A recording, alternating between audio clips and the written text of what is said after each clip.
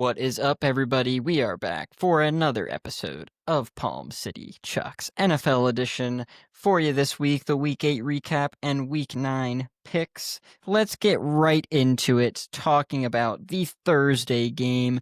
Vikings taking on the Chargers, dropping that 10-37. And Carson Wentz is a warrior. He did not play particularly well, but that man has been hurt for weeks now, and you could really tell in this game he was hurting, and he just continued to fight through it. So major respect there. But this was a major bounce back win for the Chargers. They really needed this win. The Vikings aren't a total, crapshoot team. That defense is quite solid, and they needed this win. It was a great performance by them overall. So good win for them. Like that they're getting back on track. I need my number 1 seed prediction to come true. I'm not feeling great about it for the Chargers right now, I will say. Yeah. Yeah, they definitely looked good though. It was like we all went Chargers, including our guest of last week. But yeah, it wasn't an easy decision for me, but went with them in the end because the Vikings have their own struggles going on. But the Chargers blew them out. I mean, 37-10, that's not even close. They look good, but the Chiefs in their in that same division, AFC West, they are really turning it on as well. And the Broncos are no joke. So, yeah, it's going to be a battle for sure. Yes, you do have some experience with those no-joke Broncos. They play a I really do. great fourth quarter. Yeah, Uh, I've just been saying. told. Yeah. Yeah. Yeah, that's totally fair. Totally fair. Chargers, what's going on with Quentin Johnson here? Because he was Yeah, looking no like targets. a true wide receiver one coming out the gates, and then gets hurt. In his first 2 games back, he's been essentially non-existent. So I'm curious, what are your thoughts there? I mean, honestly, it doesn't make much sense to me because he was very effective before that injury and he did a lot for this team. Like, it's one thing if when he goes down, somebody fills that hole and they just pause, but so somebody comes in and does a better You're job. terrible. You're terrible. That's one. I know I am, but but let me make my point here. But yeah, if somebody did step in that role and do a better job, it would make sense. But they honestly weren't all that special with him on the sidelines. I think just having him back alone in this game, drawing attention, helped that offense. Like, he's definitely a piece they need. And as good as Ladd is and Keenan Allen being back there, which is a wonderful thing, they still need him. So I don't think it's gonna last this no targets, just no action at all. But at the very least, if it does, he is pulling safeties. He is a deep threat. He's still doing the little things. Yeah. That's fair. That's fair. I was just curious because also I haven't been quite as impressed with Vlad this year. Taken a little bit of a step back in year 2 so far, in my opinion. But to your other point, Keenan Allen being back in LA is awesome for one, and very big for Herbert as well. The connection that him and Keenan created in his time there before he left to Chicago for a little bit was quite the connection. I'm glad to see it back. I do love Keenan. It's really hard to hate the guy. But yeah, Keenan's will forever be one of my favorite wide receivers and one of the best route runners I've ever seen too. At that, but yeah, it's a very good thing they got him back and got him for cheap. He wanted to go back. Like, I mean, it's perfect. It's the way the story should end. So I'm all for it. Yeah. And it looks like he's having a great time. I don't know if you saw the Halloween pictures that he was taking with Herbert and his No, lady and Keenan and his lady. It no. was hilarious. You'll have to look it up after the pod, but it was looks like he's having a great time. But anyways, let's move on to an exciting game here. Jets Bengals. Jets getting their first win of the season. 39-38. I was 1 week early. God Yeah. damn it. But the Jets do finally pull out their first win. Brees Hall here had a really amazing game. He had like 18 carries, 135 yards, something like that. He was super effective in that backfield. He's building up that trade stock so he can go to a contender. is what I'm thinking. I mean, final year of the contract, they're probably not going to re-sign him in the current state of the team. It doesn't really make a lot of sense for how much he'd cost. So I do think they should probably capitalize and get some draft capital back. But good game for him regardless. And Justin Fields, I have to say, I give a ton of credit to, because I fully believe if Tyrod Taylor was not injured and ready to go, he was getting this start. And I think that's probably the message that Fields got as well. I could totally be wrong about this, but then Tyrod's ruled out. Fields draws the start, and he plays really well. He throws for like 240, their first time throwing for a reasonable amount of passing yards in forever. Touchdown, no turnovers, effective on the ground, and they go out and win their first game, which great for them. Happy for Aaron Glenn. I am happy for Aaron Glenn, regardless of Yeah. my opinions. I'm happy for the guy. Yep. His And highlight of the Bengals. season has changed now. This is true. This highlight of the season is an actual win now, so that's great. And the Bengals, this defense is garbage. It's This nothing collapse has was really changed. bad. Like Yes, if this if was we didn't if we horrible. didn't just recently see the Giants collapse to Denver, people would be talking about this one a lot more than they are, because that was really bad, really really bad. Yes, I totally agree. Totally agree. But definitely not on the level of that Giants collapse. Not No, even close. yeah, Like I said, no, one of the they worst of get all time. But yeah, they we take the won't get cake into there. that again. That's We old can if news you at this want. point. We can if No, you no, want. no. It's a Broncos win. I don't mind talking about. Oh, okay. I kind of want to talk about a different one. If I'll make you a deal. We could talk about the Giants one if we talk about the Eagles one. But there's a lot to talk about this episode. We should probably do the Mm, right thing and just chew on through. you're so right. You're so right. So with that, Yeah. let's go to the next game. Bears traveling to Baltimore, taking on the Best. Ravens. We got the best segues in the game, brother. Just saying. It's true. It's true. Anyways, the Ravens pulling this one out, 30-16. This is one where our guest Tyler was incorrect here, going with the Bears, going against Palm City Chucks. Should have known when both of us were on the same side, it was a done deal for him. There wasn't anything that could be done. Um, and Snoop Huntley, baby, came out, played a really good game, a really solid game. And Ravens got Roquan Smith back on defense, a couple other pieces, and they definitely looked like a much different team with them back out on the field. The Bears really, really struggled all game to get anything going at all.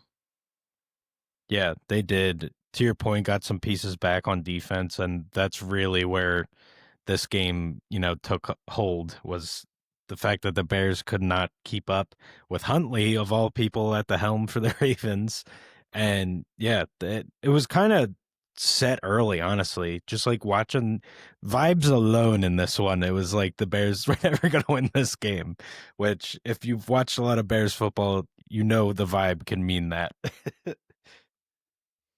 That's so fair. That's so fair. But the Ravens getting a very needed win here. Lamar Jackson looking like he'll return this upcoming week. And with the Steelers' downfall, this AFC North is yet again just wide open. This Ravens team, once they get Lamar back, they could absolutely make a run at this AFC North title. Yeah. Bengals crumble too. We already spoke of, like, I mean, they're kind of in the picture too. If Pittsburgh crumble opens the door for the frickin' Browns, come on, like This is this true. this division is beginning to crack wide open, which honestly sucks. And for Steelers fans out there, I'm sorry, because this Yeah, I was mean, looking really nice. You were in a very nice spot, and with every week, it just seems like this is gonna get dicey.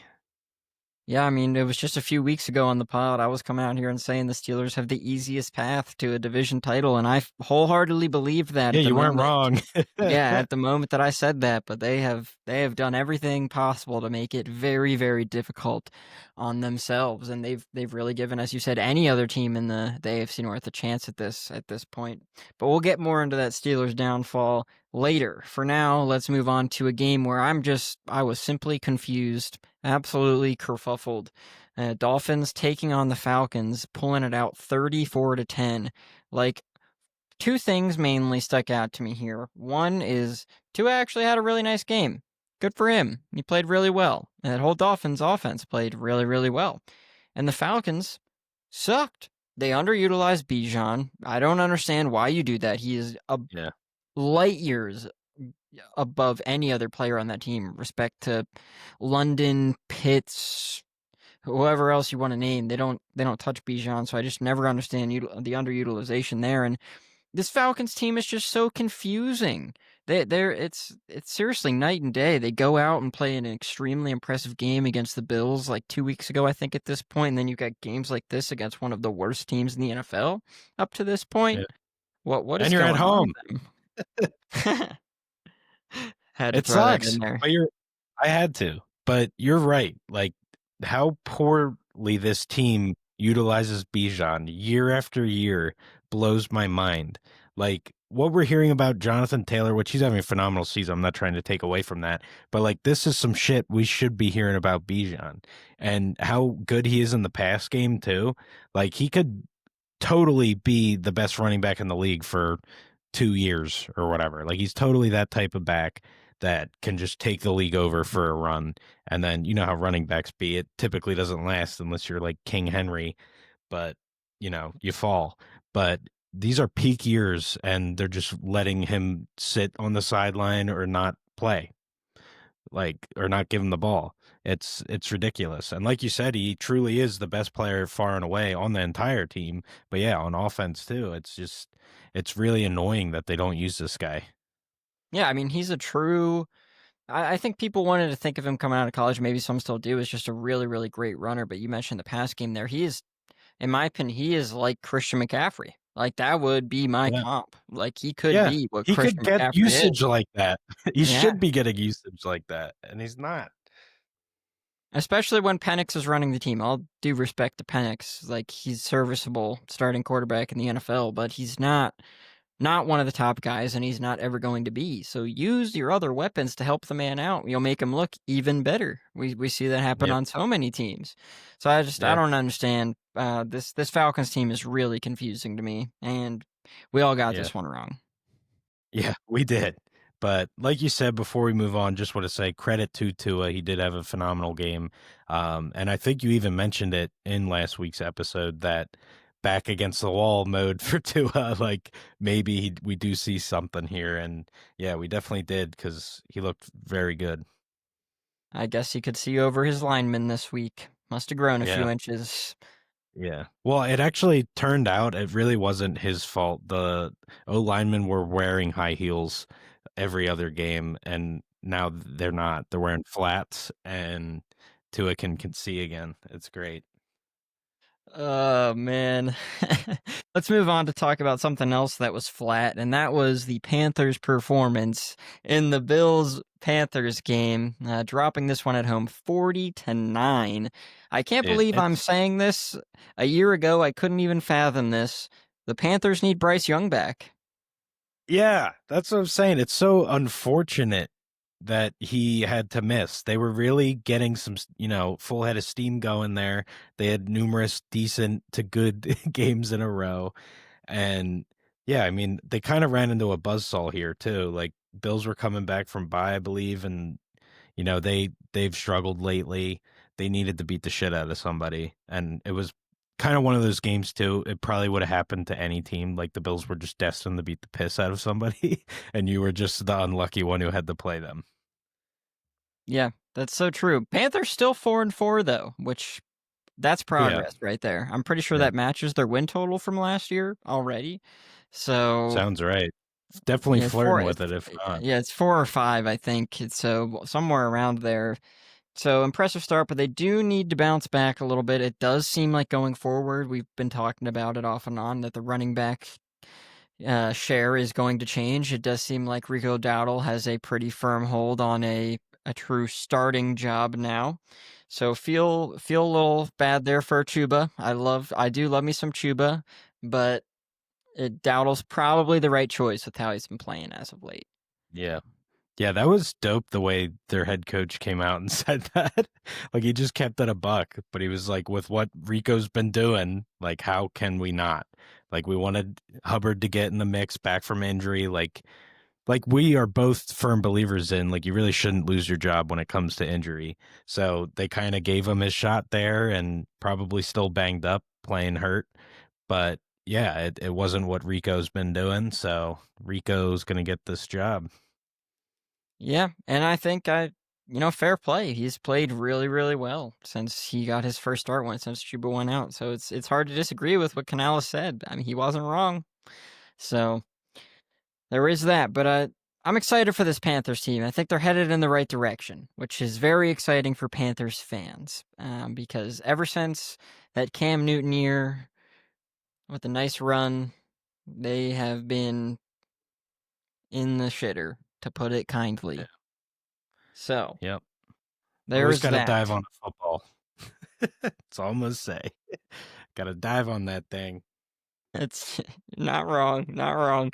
But let's move on to 49ers traveling to Houston to take on the Texans here. Texans pulling this out 26. Handwriting sucks, but I think 15 based on memory. Correct. Nice. Okay, we Based on love. memory, not even the rough handwriting.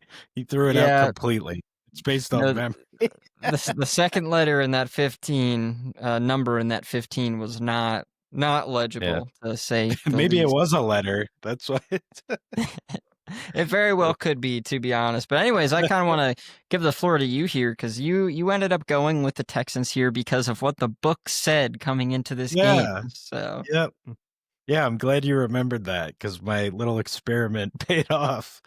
But yeah, I mean, Vegas, they're going to win. They come out on top. We know this.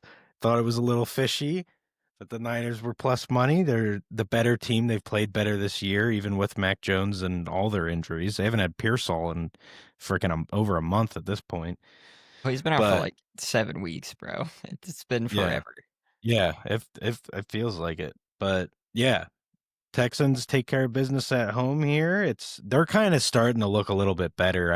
I still don't think they are what I was expecting the last 2 years, but yeah, they took care of business here. I wasn't that scared to pick them because I feel like there's always that potential because they have a lot of talent on this roster and the defense is playing like probably a top 3 defense in the league. So yeah, you got to just get the offense clicking a bit. Again, the Fred Warner thing still lingers in my mind. It's got to be tough for the Niners to come back and fill that void. Yeah, no, that's totally fair. I Main thing I want to add on to there is I really do agree with you that the Texans are starting to look a lot better. These past 2 games, they're throwing the ball more, and that's working. So they should probably keep that up. Interestingly enough, this past game without Nico Collins or Christian Kirk going essentially all rookie and second year guys, and Xavier Hutchinson, Jaden Higgins, Jalen Noel. So that was a pretty impressive showing by them. Hutchinson and Higgins, I believe, getting in the end zone for the Texans. So 2 young guys there. Excited to see what happens. And this Texans defense has been pretty solid all year long. Never really been concerned about that part. Um, they do Yeah. got to figure about the running back situation, though. I'm curious to see what happens there because you mentioned, I think last week, Chubb does unfortunately look like he's lost a step, which sucks because he was amazing, amazing. And I don't think that Woody Marks is ready for a bell cow role yet, even though he's looked pretty electric in the touches that he has had. His pass blocking is not it right now, which is very important for the listeners. Never underestimate the importance of a running back's ability to pass block, especially in the Yeah. NFL. You lose third down responsibilities pretty quickly if you can't pass block. That's why we do have so many splits on teams and third down running back specialists. But moving on to Giants Eagles. Eagles pulling this out 38-20. I have many a thoughts about how this game went and a couple of events that occurred throughout this game.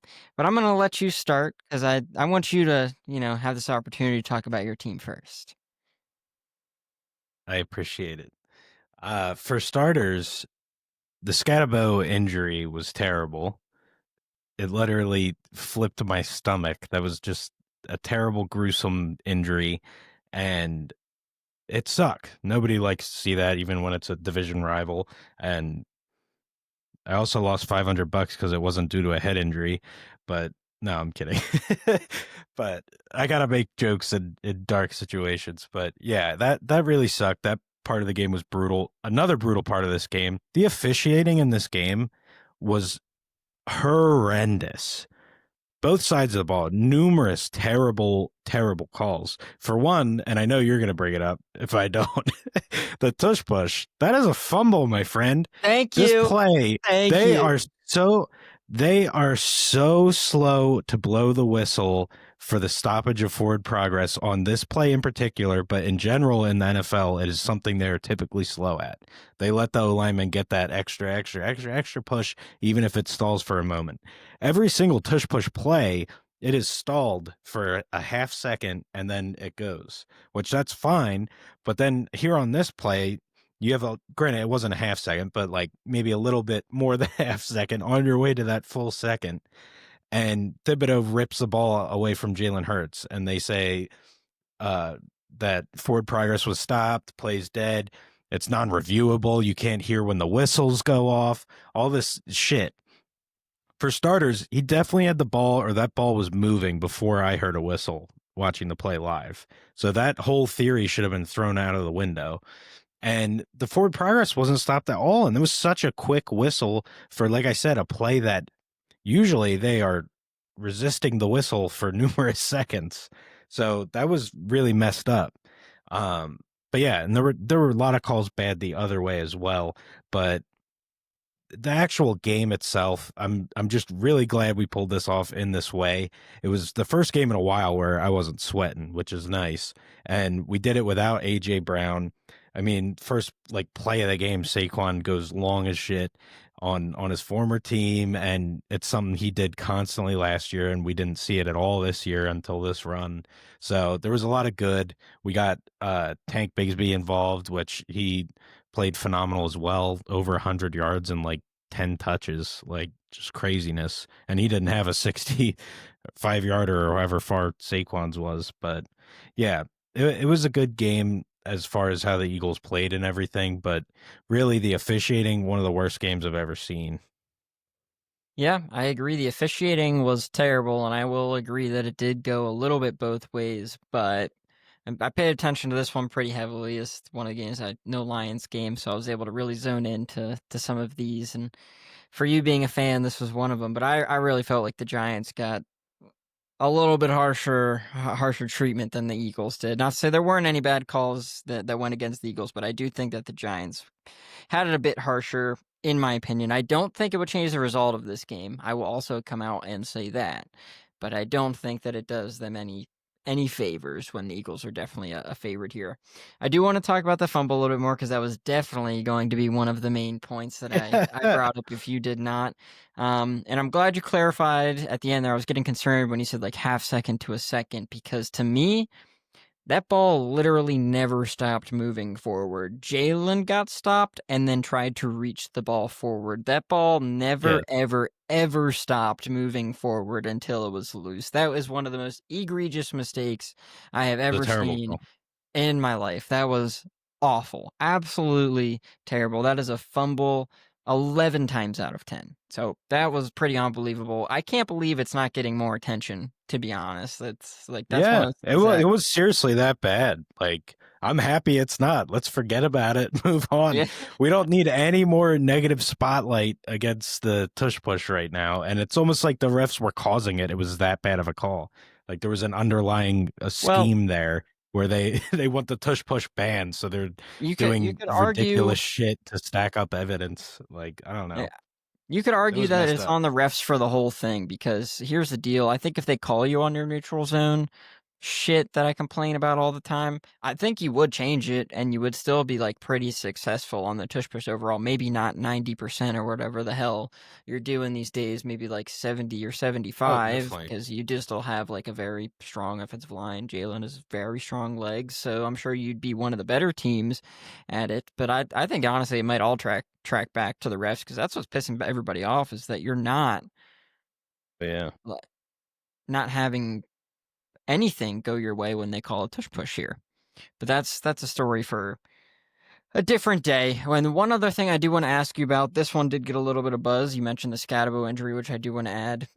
Rest up, Scat. That sucks, man. Honestly, that was really, really brutal to watch, and you were having a hell of a year for a rookie. So that's really unfortunate. And the question I want to ask you is, because this was flying around, obviously Giants fans have a very strong opinion, Eagles fans have a very strong opinion. Zach Bond on that play. Hip drop or no? Oh, honestly, people were talking about this, and I didn't do the due diligence of watching it over and over again.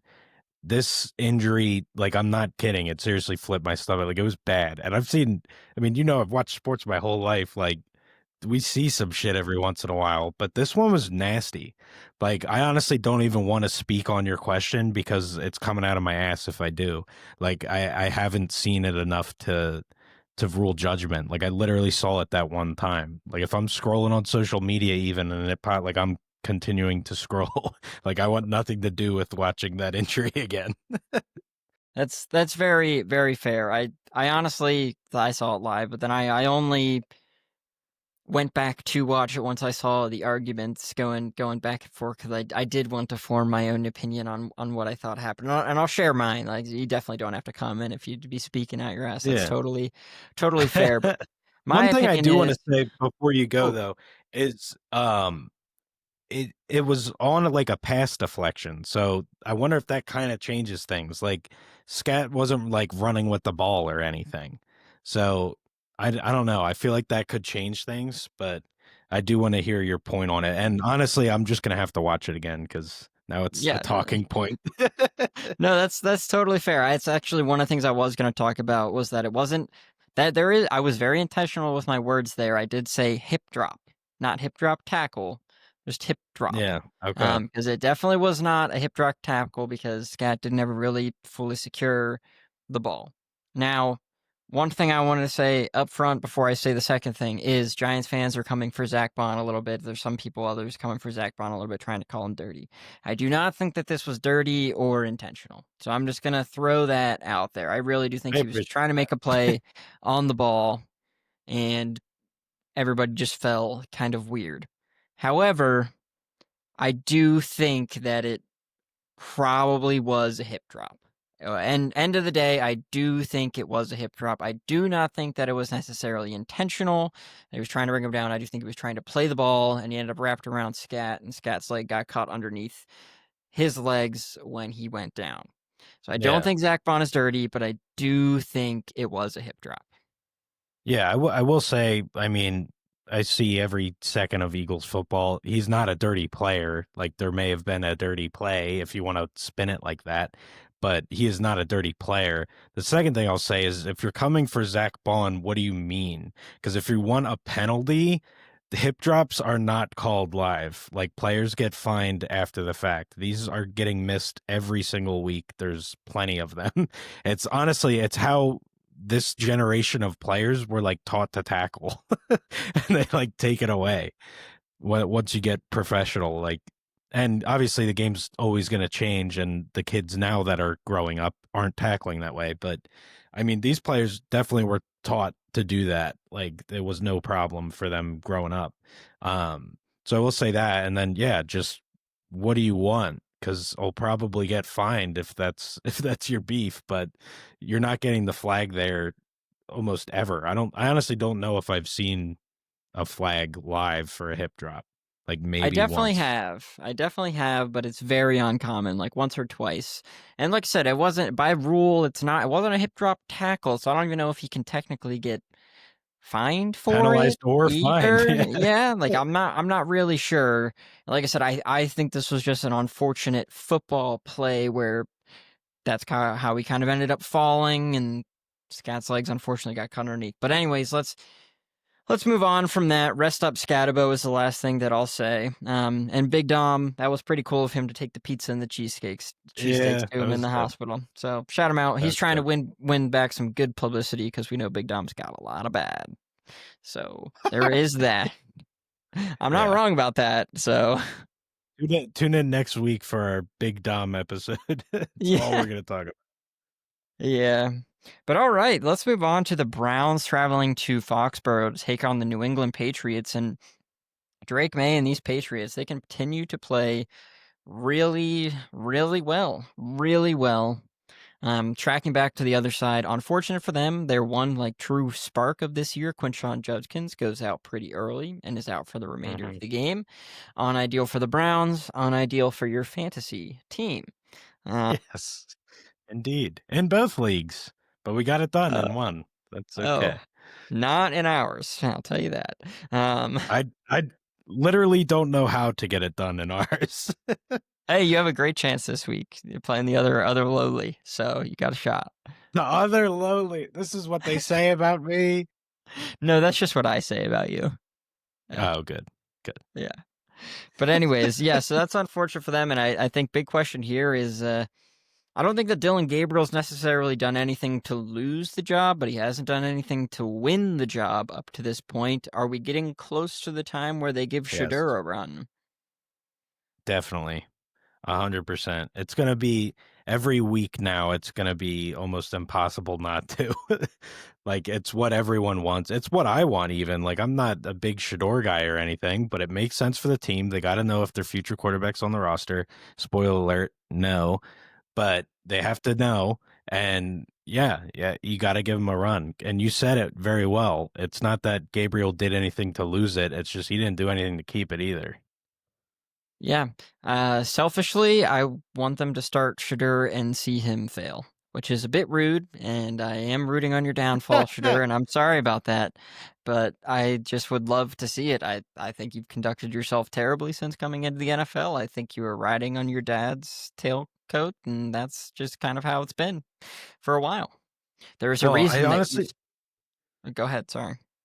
I think honestly he could do well, and he's not going to get the job anyway because of what you're saying. Like, he has not conducted himself well, and he's just not being a pro at all. And it was from the start in his draft interviews. I don't want to play here. I don't have a chance to start. Like, all this shit. Like, dude, welcome to the league. Like, you want a fucking job, one of the highest paying jobs ever. Like, you want one I, of those? Like, come on. Ironically, one of those teams that he said that to was like the Ravens, who were going to take him way earlier than when the Yep. Browns ended Yeah. up taking him. And Which, he was like, no.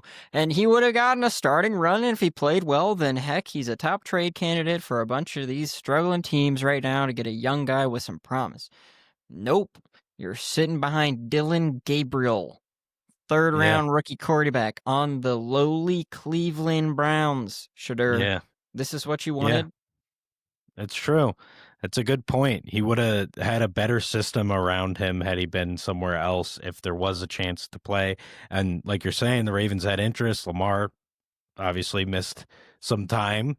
Shador could have been there playing. So yeah, it speaks volumes. And I just really feel like you can't mess with shit like that. Like, that's like destiny stuff, and you're like totally getting in the way of that. But that kind of goes beyond football. But yeah, it. I'd want to see him, but I don't expect the job to be his. Yeah, I mean, I know a lot of players like probably, talk a big game and there's teams like, well, I don't want to go to, but like how many do you think actually get the call or are told that the team wants to draft them and they're like, no thanks. How many times do you think that actually happens? I don't think there's that Yeah. many, honestly. No, Eli Manning.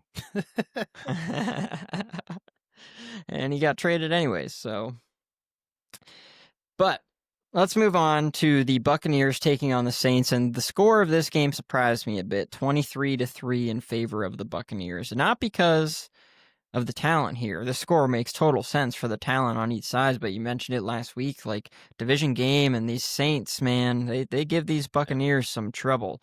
But this past Yep. weekend, they did not. We are seeing these past 2 weeks, the old Spencer Rattler has resurfaced.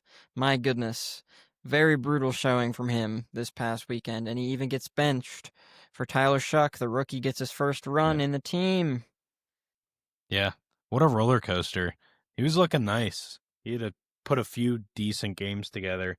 And yeah, you're right. I thought this would be close. I thought maybe the Saints actually somehow managed to pull this thing off. But Yeah, to show up and put 3 points on the board at home in this rivalry, that's brutal. And this Bucks team's really beat up too, especially on the offensive side of the ball. And yeah, it's just they could have took advantage here and maybe snuck up on them. But I also think the Bucks are very aware of the Saints kind of having their number regardless of talent. And I think they wanted to put a stop to that. Bucks defense was fantastic, by the way. I'm forgetting the dude's names, Milton Wilson, something like that. But the pick six, whoever got the pick six on the Bucks, he had a really really good game. But yeah, Bucks also looking good, tied right now with the Eagles atop of the NFC at 6-2. And Eagles obviously have the edge because the head to head, but you get the idea on record wise. But yeah, there are only two losses, the Eagles and the Lions. What can I say? But then we got the Titans taking on the Colts in our next game here. And oh my goodness, this Colts team is unbelievable. Unbelievable. They're so good. They are the best team in the NFL right now. By Hmm. far, in my opinion. Yeah. It's Yeah. And absurd.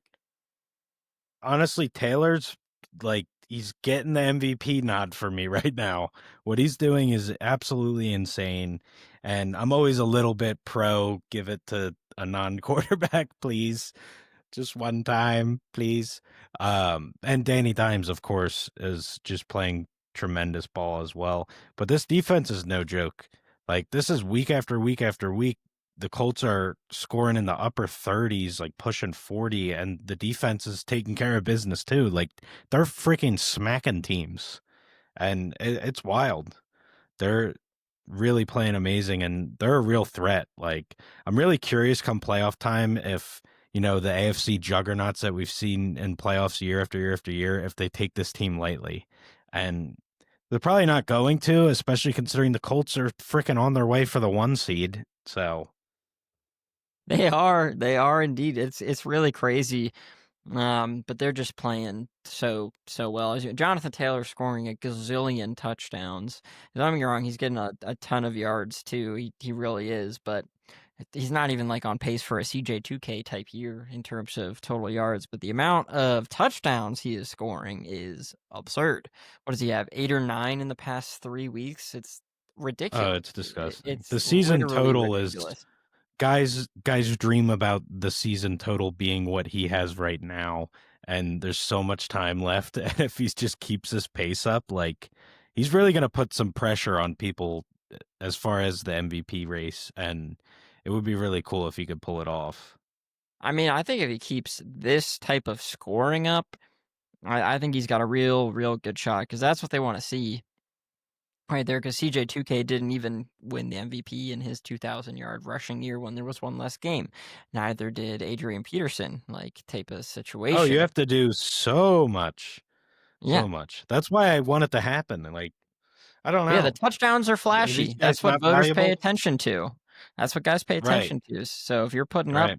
if he ends up with like 25 tutties, which I'm pretty sure he's well on pace for, then you know, that's maybe he's gonna score more rushing touchdowns than half the league's gonna throw for.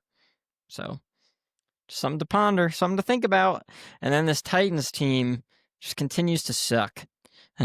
Really terrible. Like they're awful, but they do have a new recent bright spot. We will shine a little bit of light, and that is I'm gonna butcher this first name, Chimere Dike, the wide receiver who was pretty much a returner.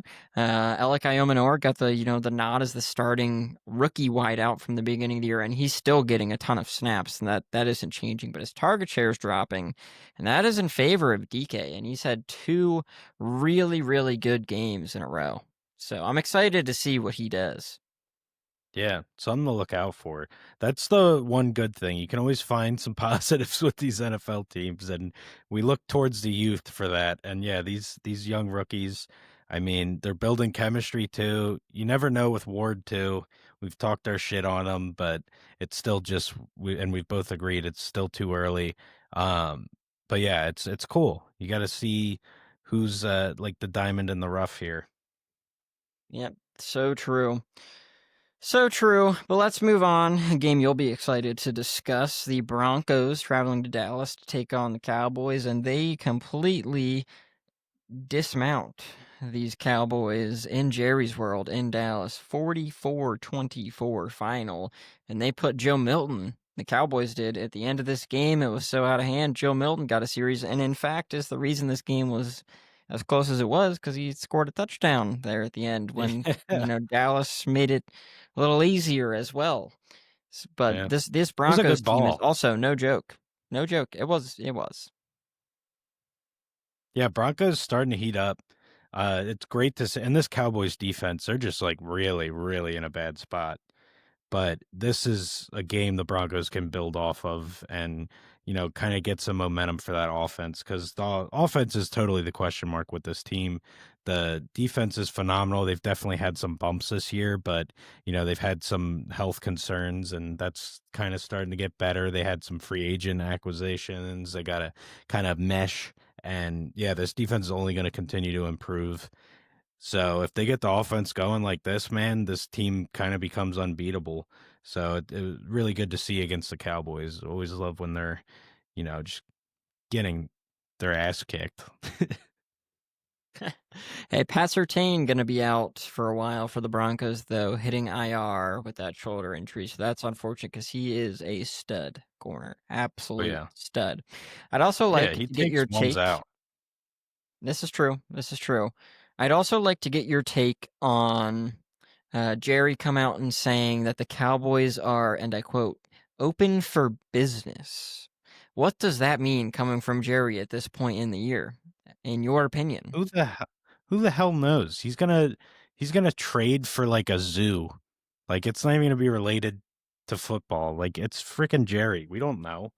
I mean, I imagine that means he's ready to be in the headlines again. So he's looking to trade, which, as we know, typically means he's looking to hurt the Cowboys. So I'm okay with it. To his credit, the George Pickens trade is working out pretty damn well. That boy be Yeah, that was ballin'. nice. Yeah. It was nice, and no drama as far as I could tell either, which is awesome. And maybe they kind of got lucky, and that kind of figured itself out with Lamb taking backseat due to injury. But it kind of gave Pickens wide receiver one work, which that would kind of be the drama if Pickens wasn't getting involved, but they never let that become an issue, which is always a good move from teams, like talking about how the Cowboys are dumb, but that is smart. Like you can avoid some of these problems. And like that's something I wish honestly the Eagles would do a little more with AJ. Like AJ Brown gets frustrated from time to time. Like you just don't allow that to be a thing. And he's good Yeah. enough that you can make it not be a thing. He's good enough. Jalen's good enough. You can make it not be a thing. And I think that's kind of what we saw in Dallas. I mean, Prescott, terrible game here, but season as a whole, very good. He's doing a good job of getting Pickens the ball. And yeah, that was definitely a good trade. But yeah, really rough game for Dak here, though. And like I said, I think that Broncos defense is heating up. But to your credit, Surtain call out is a huge deal because he is so important to that team. Yeah. Yeah, absolutely. I also kind of wonder if I don't think that is probably a debate that Mike Tomlin comes off as probably like a bit of a hard ass on his players, if I had to guess. It seems necessary though. Like, a reasonable guy would probably, a no nonsense type coach. And I don't know how well George Pickens took to that. And I feel like that was probably part of the issue too. I feel like Pickens probably didn't appreciate some of the tough love that Tomlin gave. And, Schuenmacher, however the hell you say his name, first year coach there in Dallas, probably not trying to make any real waves in that way yet until he's established. I also wonder if that has an effect. But yeah, all in all, no drama from Pickens, which is surprising. Surprising. Um, no, not much from DK either, the George Pickens replacement. So credit to both of them for finding themselves a little bit, right? Gotta call Yeah. out the positives, which is another great segue into the next game here. Packers taking on the Steelers Yeah. in Pittsburgh. And all three of us were wrong on this guy right here. Oh, yeah. Steelers suck. I mean, Yeah. they've just been terrible lately. There's no sugarcoating it. They have been bad. Their defense, what is going on with their defense? I mean, I understand, like, this isn't the steel curtain or anything, but the Yeah. Steelers have always have a consistent, really good Yeah. defense, and this is Yeah. not it. It's not it. It should be like a steel napkin or something. There's no steel here though. I mean, they've really looked bad. It's the reason they're losing games. Rodgers is, and not just Rodgers, the entire offense is doing enough to win a lot of these games, and the defense is just not letting it happen. And even in this one, a game where I honestly thought Rodgers was going to do even better than he did, which he did okay, but I expected like vintage, like really show out against the former team kind of thing. But yeah, I mean, you put up 25, that should be enough, and that was enough for the majority of Steelers defenses, at least in my lifetime. Yeah, and this Packers team, I mean, I got to give credit. I've been, a little hard on them past couple weeks, I think. Jordan Love played really, really well. And Tucker Kraft, hell of a fucking game. I mean, no other way to put that. Hell of a game from Tucker Kraft. Really excellent performance. But like, it also comes back to like just the Steelers. What are they doing, losing this man all the time? And that little floater pass that Jordan Love threw blindly out to the right there, closer to the end of the game, that should be picked off 9 times out of 10, knocked down 10 times out of 10. That defensive back found himself so out of position, had no idea where the ball was, and Tucker Kraft goes crazy on that. Like, what are we doing here? That's a throw that needs to get punished. He should be going to the ground taking a sack at that point. That is what you should be doing. And making the throw, you should be punished. Because it wasn't even a great throw. He just threw it up there and prayed. And this defensive back never had a chance. Never even close. But I mean, overall, great game from Tucker and Jordan Love, which was needed because one thing that the Steelers did a decent job of was keep the run in check. Jacobs didn't necessarily have a great game. Emmanuel Wilson, number 2 there, had an okay game, but overall as a running team, they weren't fantastic. But this was truly the Tucker Kraft game. National Tight Ends Day, by the way. Tucker Kraft Yes. Day. Shout out tight ends. Shout out tight ends. I actually was telling someone, I was like, why did tight ends get today? I was like, because they're so undervalued, man. Like, Yeah. people don't understand how much they have to do. Block, receive. If you can't do both, you're worthless. Like, Yeah. you get no And cred. also, the position has evolved. Like, it's not what it is today. Like, even when we were just growing up and just starting to watch ball, like, there were like 5 serviceable, like, pass catching tight ends. That was it. Like, fantasy too back then was like a nightmare. Like, you had to get somebody, or you were literally like 2 points a game, and once every 5 weeks you got a touchdown, and it was amazing. But yeah, it's a completely different position than it used to be. But I love that the holiday's a thing, because even so, they're still not appreciated because of the reasons you just said. I mean, they do it all, and it's not easy. Like, they're blocking defensive ends sometimes alone, without any help at all. And yeah, and then the next play you got to burn a freaking freak athlete safety who's coming up and covering you like that. It's wild. Definitely Behind, deserves more appreciation. behind the quarterback, they probably have to know the most out of the playbook and schemes than anybody else on that offense because they got to know all the blocking schemes and all the receiving schemes. You can't miss anything there. Yeah, that's Receivers, fair. I'm sure they have, some idea of what's going on the line, but they're primarily focused on running their routes. Running back is running the right way and hitting the right hole. Blockers will figure it out after that. Tight ends and quarterbacks, they gotta really, really know it all. So it's pretty Good impressive point. there. I don't think they get enough credit for that either. But Steelers, downfall. Absolute downfall. Packers looked good. Don't love that. But we'll move on to our last game of the week here. Not much of a contest. Commanders taking on the Chiefs. Chiefs winning 28-7. Chiefs are back. Chiefs are They are. back. And I was unsure at the start of this one. It was looking rough. Like, I thought they were maybe choked on their way to Choke City, and they totally flipped the script, and Patty went off. Rice got involved. because when it was bad, Rice was not getting involved. Then Rice starts getting the ball, and yeah, the Chiefs are the Chiefs again. That piece is really he's just proven to be so valuable for this team. Like Mahomes was severely missing that. I think Kelsey in his twilight years, and then obviously years at this point removed from Tyreek Hill, like Mahomes really didn't have a go-to and until Rice, and we saw it last year for a time, and this year we're seeing it again now that he's back. He means so much to this offense. Yeah. Yeah, I mean, the slow start was definitely due to it was primarily the 2 interceptions there, which the one, Yeah. Marshawn Lattimore, who's been getting skinned all year long, that was a really great play on that one pick. I think that's one that Patrick throws thinking is 99% of the chance just gonna be dropping incomplete, but Lattimore made a really great play on that. That was vintage Lattimore. And the second one, Kelsey, man, I mean, 2 years ago, maybe 3, Kelsey is catching that no questions asked, but he's had a few like that. That's the second one this year that he's gotten his hands on and ends up picked. You never saw that before, and it's really sad to see. Hate to see Yeah. legendary players of your time start their downfall. Still a very Yeah. effective player, to be clear, but he's not the same. He's not the same. And Mariota, not a great game out of him here. Which sucks because, he actually did pretty well in his other performances, minus last week. That wasn't, great either. So maybe I'm just being too nice. But this He particular was game, he was he not had good. some good games. Yeah.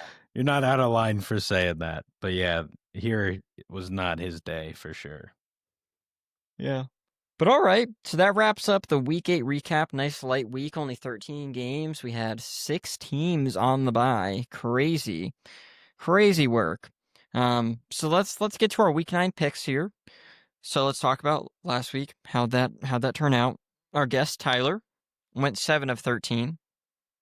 Myself 8 of 13. Chris, nice week at 10 of 13. Palm City Chucks reign supreme. I'm going to take that win.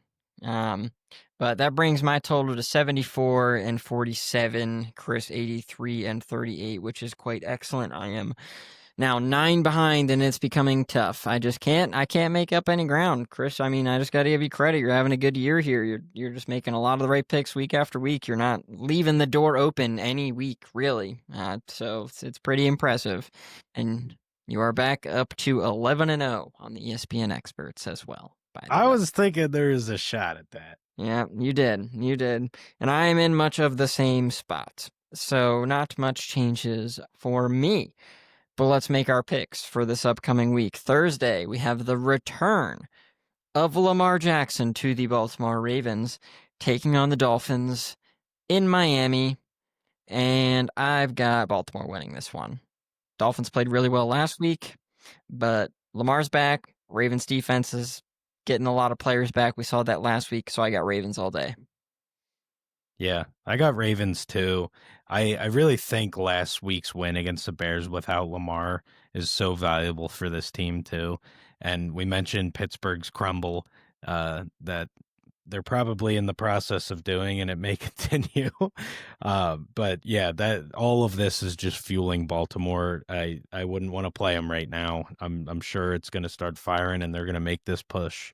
So yeah, I got the Ravens here. Dolphins take a back seat to where you were. Yeah, I'm excited for those 30-point Lamar fantasy performances to come back. Yeah, right. Need that in my life. But yeah, I also, before I say the next game, I wanted to say this before we started, but then I was just so excited. I got right into it. And we were talking a little bit about this right before we got started, but I thought that the picks this week were they were really easy for me, man. I think there was only 2 games I had to actually think about for, just a little bit. But I thought the picks this week were I made them almost instantaneously for almost all of them. Yeah, I really can't say the same. And I didn't say the same when we discussed it Yeah. earlier, but yeah, it was not easy for me. There were a few where I did a lot of flip-flopping, like more than I've done earlier in this series. So, yeah, like could mean you're making moves this week, buddy. We'll see. I mean, you've self-proclaimed that when you do flip-flops, it doesn't ever work It out. doesn't work. It doesn't work. So we'll Yeah. see. I have them notated special too. Like when it inevitably doesn't work out, I'll be like, I knew it. That's fair. That's fair. But with that said, this was one of the two games that I did actually have to take a second and think about. This Bears traveling to Cincinnati to take on the Bengals. Ultimately, I sided with the Bears here, but I don't love it. I don't love it, but I just think they're in they're amped up for a bounce back week a little bit. They've got the perfect team outside of probably the Cowboys, so they already played, so it doesn't matter. To do it against, probably second worst defense in the league here in Cincinnati. So then they've got an opportunity to put up a good offensive performance and do enough on the defensive side to take this one. Yeah. Yeah, this was one of the flip floppies. And I ended up siding with the Bengals. So we'll have stake in Bengal this one. But juice. yeah, I mean, how long can one stop sipping? But yeah, honestly, it comes down to the Bears defense because I think you're exactly right. The Bears are going to score in this game. I think they're going to bounce back. We're going to see this offense spark a bit, but I don't think they're going to be able to stop the Bengals offense. There are so many injuries to this defense, and their number 1 and 2 corner are out, and it's like you're going up against Chase and Higgins, and it's freaking Flacco now. Like it just, yeah. So I went Bengals, but yeah, I was riding Bears at first because I thought same thing. Like they're gonna be able to freaking score this week, and the Bears defense, I'm sure they will find a way. Like I don't think the Bengals are gonna score every drive or anything crazy. Like the Bears defense always seems to find a way to be at least decent. But yeah, it's just those crucial losses at the cornerback spot against one of the best wide receiver rooms, and you got frickin' Joe slinging the rock now. So Joe Yeah. Flacco, not Shiesty. Can't say that with this team. They all have the same name. This is true. This is true. But yeah, we'll see what happens there. I think Bears' keys to victory is double Jamar Chase, regardless of who starts for you, because the past 2 weeks, Jamar Chase has gotten 26 and then 19 targets. This man is averaging 22 and a half targets the last 2 weeks. That is absurd. That's Disgusting. absurd. That's Tyler said this Dude, last week, hurt. but that is truly worse than video game numbers. I'm not throwing the ball to my 99 overall wide receiver 20 times in a game. Yeah, yeah, it's true. It's honestly crazy, and you're right. Just double them, see what happens. Let him Like, go, take your Higgins. chances. Yeah, take your Yeah, chances on Yoshi Vosh and Higgins. Like, don't get me wrong, I think Higgins is a very good receiver, but he's very clearly probably like a top end 2, maybe back end 1, depending on the spot. But take that over Jamar, all right? Like, please don't let him beat you. And if they do, you're going to be right. And that Bengal dude's going to be tasting damn good. But we'll see. It just might be a little sour. But let's move on to a game that I'm very excited about. The Vikings coming to Detroit to take on the Lions and JJ McCarthy making his return. I got Lions here, and I want the Lions to fuck them up, dude. Fuck JJ up. Seriously. Put this to bed. Oh my, gosh, put it to bed. I don't even want to dislike the guy this much, but I just got Michigan friends who are like, "Oh, he's gonna be yeah, so good." I'm just like, yeah. no, no, he's not. Speaking of Michigan, the return to Michigan, Lions are home in this one. So I wonder if that fuels McCarthy at all. But yeah, I'm expecting a slaughter here. It's kind of unfortunate. The Lions don't have an easy schedule this year, and they burned their bye week before this game, which probably before the season started, a lot of people would think that'd be okay, especially given how good both teams were last year. But I mean, me and you kind of knowing the Vikings weren't going to be all that this year. This is going to be a slaughter fest. I just feel like it sucks for the Lions that their bye week's coming before this game when they'd probably won it before a number of opponents other than the Vikings. Yes, very, very true. And we didn't get to talk about the Lions because of that bye in our recap, but I think since we're talking about them now, it's only fair that I do bring up the Aiden Hutchinson contract extension, given that you had asked me directly on the pod how I felt about that, and then it comes out and happens. 4 years, $180 million extension. And by the way I'm saying that, I think you can tell just kind of how I feel about that in this current moment in time. That is a lot of money to commit to a defender of the Detroit Lions. A lot of money to commit. Um, and he's getting better, but he's not the same guy yet that he was last year. He's not even close. So I really, really, now that we've committed that much money, need to see him return to that. Because, like, if you're asking me right now if he's even close to the level of Garrett, who I think was Garrett get 50 a year? Is that what Miles Garrett contract was? Yeah, I 50? think it was 50. Yeah, I think Only so. 5 mil a year off of Miles Garrett. I love you, Hutch, but you're not anywhere close to that guy right now. He's got your season sack total last game alone, which we didn't even mention, which is criminal. But that man gets 5 sacks and Yeah. loses 13-32. That's so sad, and I felt his frustration on the sideline there. But yeah, I don't love this contract right now. Is how I feel about it. Like, Yeah. wait a little bit longer, but like, we'll see. We'll It's see. fair. And honestly, I'm sure the Lions kind of feel that way too, but I mean, we know how this goes. Players are going to get what they want. Like the market's friendlier to the players than it is the owners these days. So yeah, it was something they had to do. It had to be multi-year deal.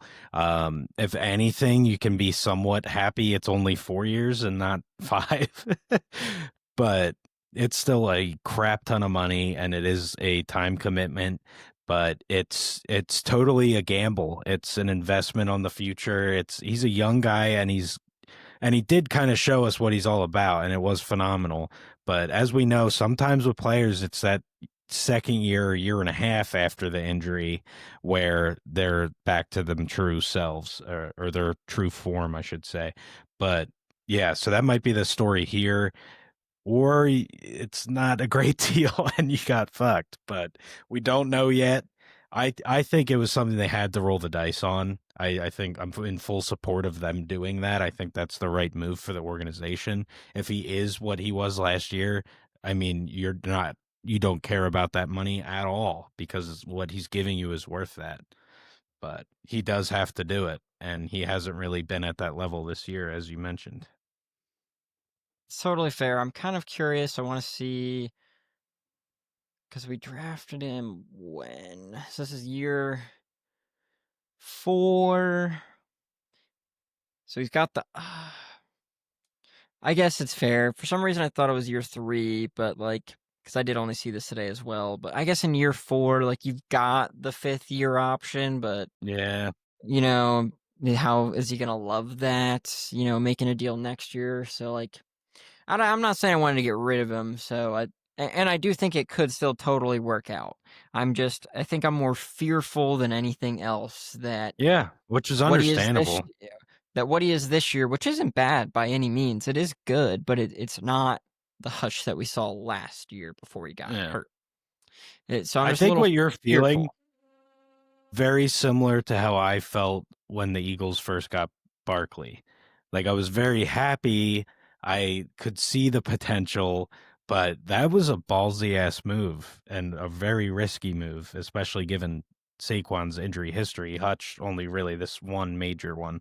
Um, but yeah, I think that's kind of the vibe I'm getting is exactly how I felt after that move. Because yeah, it's scary, but as you saw what it meant for the Eagles, and it worked out. Like if Hutch goes back to true form, it's a phenomenal move, and it's such a good thing that you still have him. But yeah, we just simply don't know right now, so it's scary. Yeah. Yeah, we will see. Time will tell. He will be on the Lions for the next 4 years at Yes. least. So we'll be Time to there to get a find out. jersey, man. He's locked up. Yeah, I don't know. I don't know. I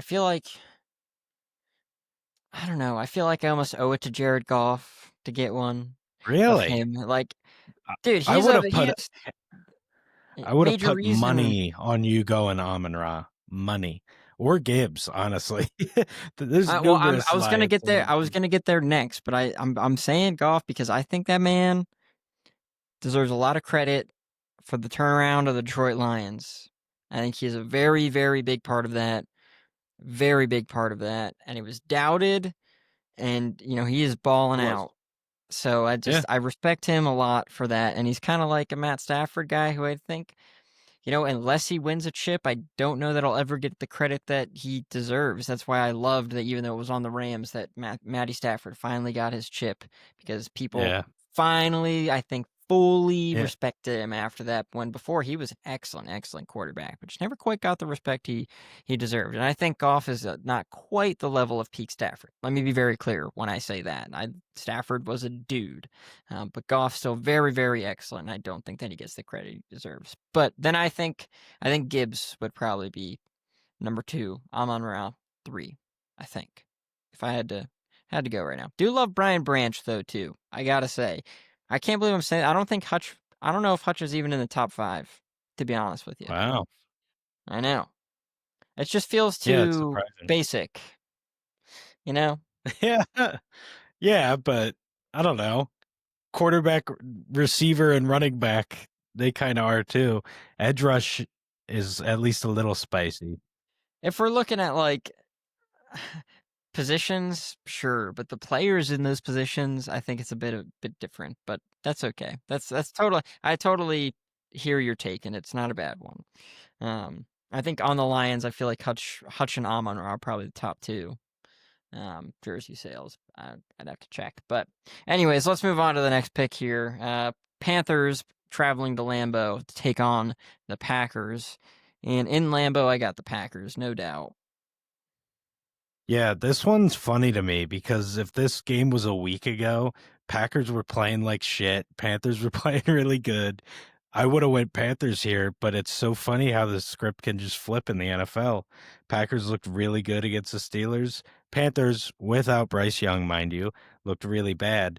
But yeah, I'm going Packers too. It seems so obvious after a week's time. I've been Well, enlightened. yeah. Up next, we got the Chargers traveling to Tennessee to take on the Titans. And I don't believe that the Titans are going to get another win in this game. I got the Chargers here. Yeah, Chargers all day. Then we got the Falcons, the team who just can't decide what they want to be, traveling to Foxborough to take on the Pats. And I'm going Patriots. I'm not picking the Falcons, but I'll be damned. I'm not going to be the least bit surprised if we get on this pod next week and the Falcons won this game. I'm just going to say that. Yeah. Seriously. But you're so right. They are such a roller coaster. And it's not just good, bad, good, bad. It's like really good, really bad. Like it is just dramatic. But yeah, I'm going the Pats too. I mean, this team has been steadily hot, so I'm gonna ride it. Then we got the 49ers taking on the Giants. And if Scat didn't get hurt, I think this might have been one of the tougher ones for me. But with that, I got the 49ers here. Yeah, I did some major flip flop action here. And when we're talking flip flop action with a division rival in question, I think we know where I flopped. And I flopped with the Niners. But yeah, I could totally see the Giants winning this even without Scat. But yeah, certainly that injury is going to hurt. It hurt in the game against Philly. I mean, they were a completely different team without him. He means a lot to them. Just even in the mannerisms and just the juice he brings. But yeah, Headbutts. it's a shame. The headbutts, yeah. Uh, one of these times, him and Dart are going to literally give themselves a concussion, bro. I swear. And it'll be the least surprising thing to happen in the NFL that year. uh, but up next, we got the Colts traveling to Pittsburgh to take on the Steelers here, and I talked about how I feel about the Colts earlier, and they are just looking like the best team in the NFL right now, and the Steelers are on a downward spiral, and I don't think that the Colts are going to give them a ledge to grab onto. I think they're going to continue to slide and drop another one. And just one last thing while I'm talking about the Colts before I pass over to you is Jim Irsay's daughter, new owner of the Colts. Awesome job. respect. Awesome job. She's getting fully immersed and she's doing a fantastic job so far. Yeah. But yeah, this one was another one of my flip-floppies, believe it or not, because I do agree with you big picture wise, but I ended up siding with the Steelers here. I I just feel like this is it for them. Like, are they going to just fully crumble and the Ravens are just going to take this thing, or are they going to show some fight? You can't lose three straight. You can't lose this one at home. Like, I understand it's the Colts, probably the best team in the league, just based on play this year. But yeah, they have to make a stand here. So I'm predicting it. I don't think it's going to happen per se, but I've been trying to throw out a few a weirdo or two each week because weird shit happens in the NFL every single week. Like it is not who's supposed to win wins at all. So This is so true. taking a stab at this one. So true. If things happened the way they were supposed to in the NFL, the Eagles would have never won a Super Bowl. Moving on. Moving on. Broncos traveling to Houston to take on the Texans here. And this one, I don't know. I think this one maybe I should have had to think about a little bit more, but it just came to me right away and I went Broncos. Yeah, I'm glad you did because this yet again was another one of my flip flops. Like I couldn't disagree more. This week was not easy for me at all. But I ended up going Broncos too, so I'm glad. I like having the same on some of these flip flopperies because there is no worst case scenario. That's fair. That's fair. Then we got the Jags traveling to Vegas to take on the Raiders. Raiders getting a big boost with Brock Bowers coming back after the bye week here. That should really help them out. It's still not going to be enough, though, especially with how Geno's playing. So I got Jacksonville. Yeah, until Geno does something, they're just so difficult to pick. I mean, they're lacking talent in numerous areas as well outside of Geno, but with the way he's playing, you just can't do it. So yeah, I'm going Jags. Alrighty. Then we got the Saints traveling to LA to take on the Rams. Excuse me. A little Yanni over here. Saints taking on the Rams, and I got the Rammies here. Saints, I don't know who's going to start a quarterback for them this week. Your guess is as good as mine. It doesn't matter. Rams all day. Right. I was just gonna say I don't think it matters much, but yeah, I'm going Rams too. They're one many teams, by the way. We mentioned it last week. We had 6 buys, so a lot of these teams coming back from bye, as I mentioned in past episodes, that plays a role in these games as well for me. But yeah, the Saints really no contest regardless, so I'm going Rams. All right, and then the second game that really did give me some trouble. I'm sure this is definitely a flippy floppy for you. Chiefs traveling to Buffalo to take on the Bills. And this was really interesting. This was really difficult here. Bills struggling, minus last week, where they pound the Panthers. Chiefs really coming into form. But if you look at the past here, Josh Allen against Mahomes in the regular season gets it done. Gets it done. Buffalo is at home. A lot of the signs I felt like were telling me, go Buffalo here. It feels right. What did I do? Kansas City. Chiefs. Yeah. Yeah, I know why. I mean, they're just like that. But I ended up going Bills because of that stat. I went Bills last year in the regular season too because of this stat, and it worked for me then. I don't know if it will this time, but I kind of just foreshadowed it. But bye weeks, man, I think the Bills getting that bye before this game is huge. Um, so I think that's going to help a lot. But I mean, yeah, it's Bills, when did they have their bye? Like 2 weeks they ago? had it. Or yeah, 2 weeks ago. Yeah, it was two Okay. weeks ago. But yeah, they were definitely overlooking the Panthers, anyways, or at least I would think.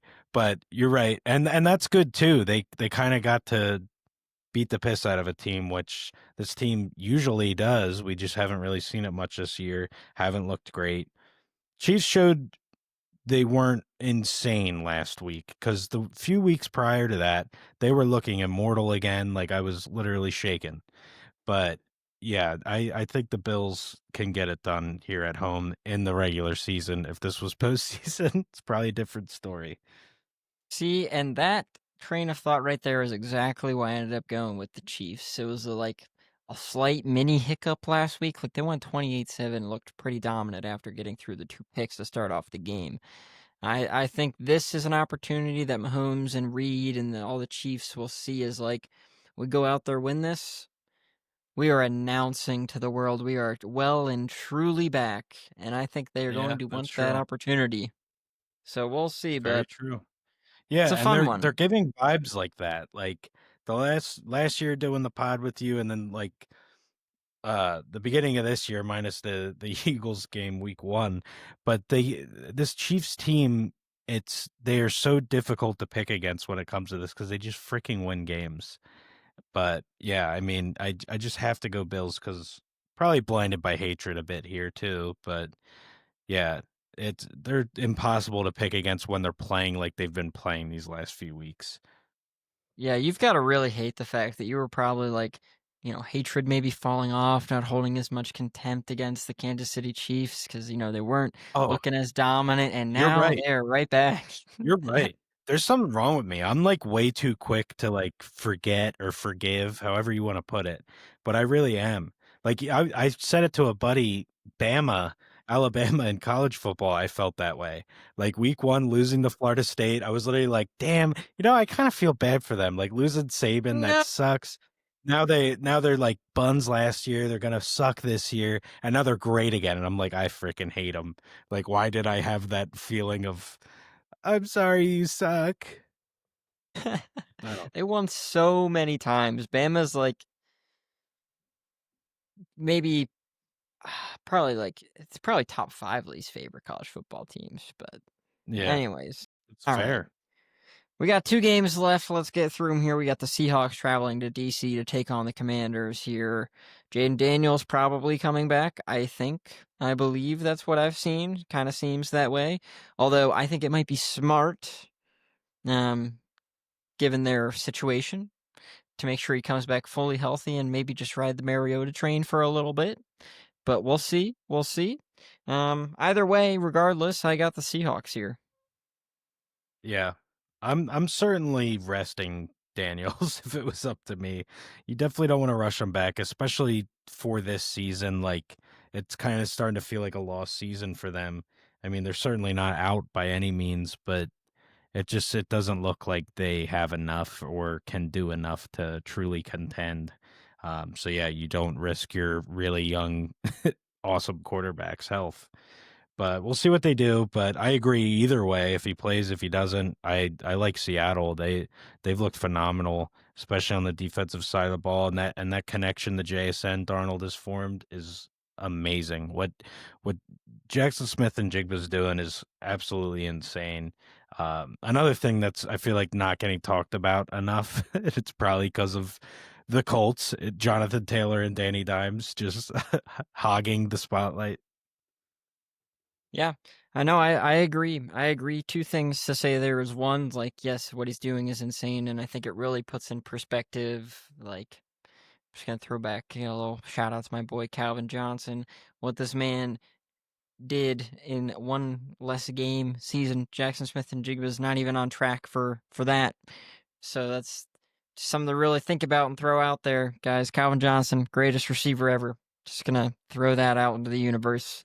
Only argument I'll hear is Jerry Rice. That's it. It's the only one I will like listen to as Yeah. an opponent in that conversation. But also to back to the Commanders. Selfishly, I want Jaden Daniels back by next week when the Lions play the Commanders so we can fuck them up for last year. I don't want to play some Mariota team and have Yeah, excuses. that's All right. fair. I want Fair. Jaden Daniels back because that was Love a it. disappointing performance where the defense really sucked. So I want him back. I want a full strength Commanders team. But let's go to our last game here, the Monday night game. The Cardinals traveling to Jerry's World to take on the Cowboys. I got the Cowboys here. Like, I don't even want to pick them again. I don't, but I really just don't love the Cardinals. And Kyler's coming back, and I'm actually not sure that that's a positive. So there's that.